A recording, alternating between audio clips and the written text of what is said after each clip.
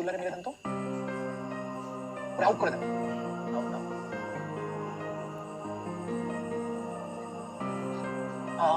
আমি কি বলবো, আমার বলার ভাষা হারাই ফেলছে। তোমরা ক্লাস 10-এ পড়ো, তোমরা অনেকটুকুই বড় হয়ে গেছো, একদমই ছোট না। তোমাদের কাছ থেকে এরকম ব্যবহার আমরা কখনোই আশা করি না। তুমি একজন ভালো স্টুডেন্ট, কিচ্ছু যায় আসে না রে ভাই।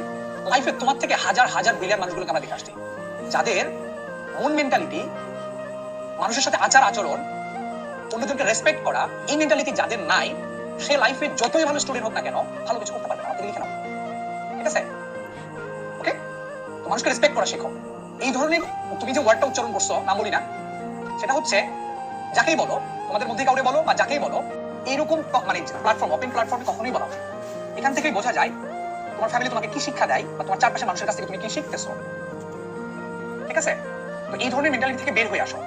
তুমি তো একজন স্টুডেন্ট, তোমার মুখ থেকে এই ধরনের ওয়ার্ড বের হওয়া একদমই উচিত না। আমি বলবো যে তুমি ব্যর্থ, অথবা তোমার চারপাশের মানুষ ব্যর্থ, তোমাকে মানুষ বানাইতে পারে নাই।